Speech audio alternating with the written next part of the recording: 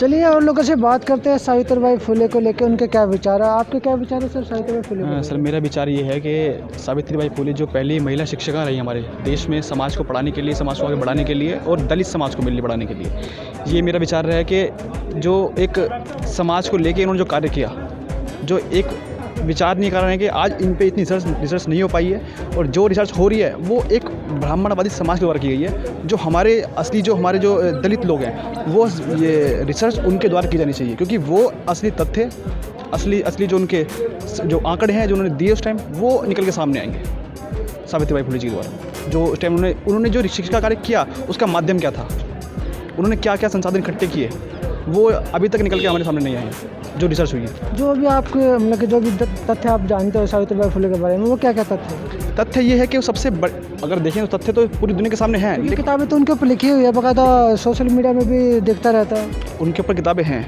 अगर हम बोलें कि सावित्रीबाई बाई के ऊपर जो किताबें लिखी गई हैं, लेकिन किताबें लिखना, वो हमारे लोगों द्वारा किताबें लिखना और एक ब्राह्मणवादी के द्वारा जो किताबें लिखना, उनमें जमीन आसमान का अंतर है। मतलब आपका मानना है कि जितनी भी किताबें लिखी गई ब्राह्मणों के द्वारा लिखी गई है, जिसमें तथ्य को छुपाया गया है। तथ्य को छुपाया गया है मेनली। अब हमारे क्या नहीं है।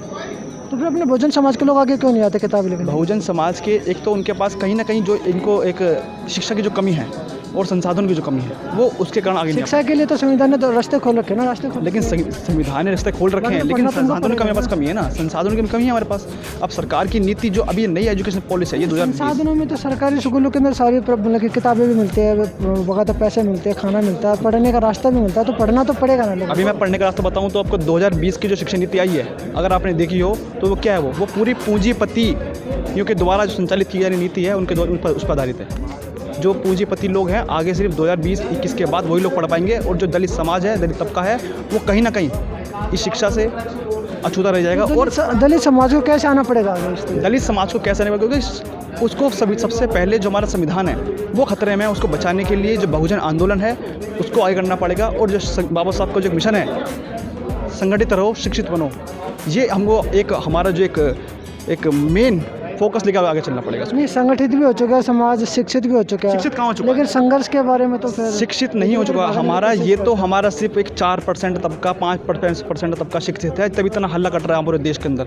जिस दिन हमारा पूरा भारतीय समाज, दलित समाज एकत्रित होकर शिक्षित होने की रास्ते पर बढ़ेगा, तो सोचो कि जो ये एक ब्राह्मण नीति है, जो मनुस्मृति पर जो ये देश कार्य कर रहा है, ये कहीं ना कहीं अपने घुटने टेक देगा हमारे। तो लोगों को क्या कहना चाहोगे, समाज के लोगों को? मैं समाज के लिए ये कहूँगा कि जितना भी हमारे साथ जो समाज है, ST, SC और माइनॉरिटी और OBC वर्ग जो है, टोटल मिलके एक बहुजन ये आंदोलन को सपोर्ट करे, और बाबा साहब भीमराव डॉक्टर अम्बेडकर जो बताए जो मिशन है। बहुजन आंदोलन तो चलता रहता, पता नहीं हजारों संगठन बने हुए बाबा साहब को लेके। तो उन संगठनों को एक पटल पर, एक मंच पर आने की जरूरत है। और जब तक वो कैसे आएगा?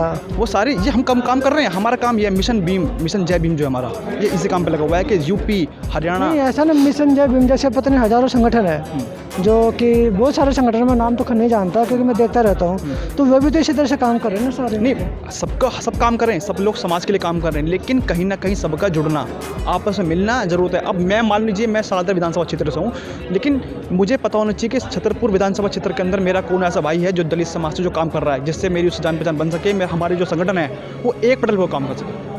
क्योंकि बहुजन समाज के लोग ज़्यादातर ये कहते हैं जब हमें जरूरत पड़ती है, हम पे विपदा आती है, तो ये संगठन सामने भी नहीं आते, बात भी नहीं करते। हम जब इनसे के पास जाते हैं तो बात भी नहीं करते। उनका ये भी तो कहना है ना? नहीं, ये कहना है बिल्कुल उनका कहीं ना कहीं, लेकिन कुछ संगठन, देखो मैं ये नहीं बोलूँगा। तो दूसरा क्या कि 188 से ज़्यादा सांसद है, MP विधायक जो भी है अपने समाज के, वो भी जब बैठे सत्ता में, तभी आपका कहना बिल्कुल ठीक है, लेकिन मैं तो सिर्फ एक छोटी सी बात बोलना चाहूँगा आपसे कि कुछ संगठन जो चल रहे हैं वो अपने हित के लिए काम कर रहे हैं। जो कुछ संगठन ऐसे हैं जो सिर्फ बाबा साहब के मिशन पर काम कर रहे हैं, तो दोनों में ज़मीन आसमान का अंतर है।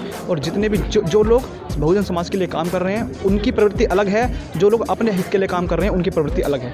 तो वो लोग, कुछ में लोगों में समझ होना चाहिए कि हमें पहचानना कैसा कि हमारा संगठन, उसके अंदर भी एक हमारे साथ, हमारे देश में, हमारे समाज में, दलित समाज के अंदर एक विडंबना ये रही है कि कुछ लोग जो ब्राह्मणवादी जो नीतियाँ हैं उनमें विलिप्त होकर अपने समाज को पीछे धकेलने का काम कर रहे हैं, जिसमें से हमारे बहुत सारे सांसद भी हैं, बहुत सारे MLA भी हैं, बहुत सारे निगम पार्षद भी हैं, जो समाज को आगे ले आने का काम नहीं कर रहे, बल्कि समाज को पीछे ले जाने काम कर रहे हैं। सर, इनके विचार से आप कितना सहमत हो? नहीं, इनके विचार से मैं बहुत ज़्यादा सहमत हूँ। अच्छी बात कही इन्होंने, और वाकई में ही जो ब्राह्मणवादी हैं ये लोगों ने ज़्यादा दलित समाज आ गया है, बहुत ज़्यादा भेदभाव।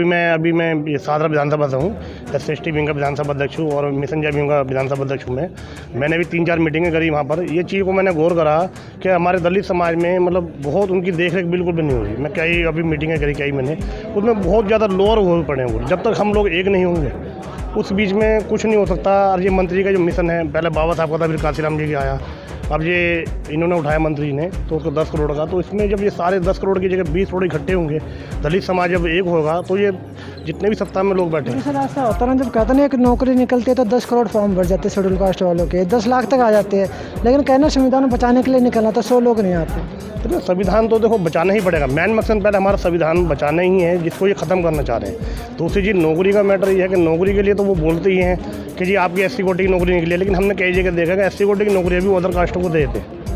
समझिए तो हमारी कमी है ना, कमी है हमारी, लेकिन कमी कुछ नहीं है। ये मनुवादी जो लोग हैं ये नहीं चाहते कि दलित समाज आगे आए। दलित समाज इतना पढ़ा लिखा होने के बाद भी बहुत ज़्यादा बैकवर्ड है। आपकी बात मैंने सारी मान ली, और ये नहीं चाहते कि हम लोग आगे आए, दलित समाज आगे नहीं आए। तो दलित समाज को अगर वे रोक रहे तो उनको खुद तो प्रयास करना चाहिए ना, खुद तो कोशिश कर रहे हैं। मैं भी मुझे हमारे लोग उनके साथ मिलकर उनकी सपोर्ट कर देते हैं। सर मैंने भी ज़्यादा टाइम नहीं हुआ मीटिंग करे हुए, तो मैंने उनमें जज्बा एक निकाला है कि आप लोग अपने काम भी अपने आप कराने सीखो, किसी के बलबूते मत बैठो। जब तक मंत्री अकेले नहीं कर सकते इन कामों को, जब तक हम लोग उनका साथ नहीं देंगे, हम जमीनी स्तर पर नहीं उतरेंगे क्षेत्र में, तो मिशन जय भीम क्या कोई भी मिशन आप लेके चलो वो नहीं आगे आ सकता।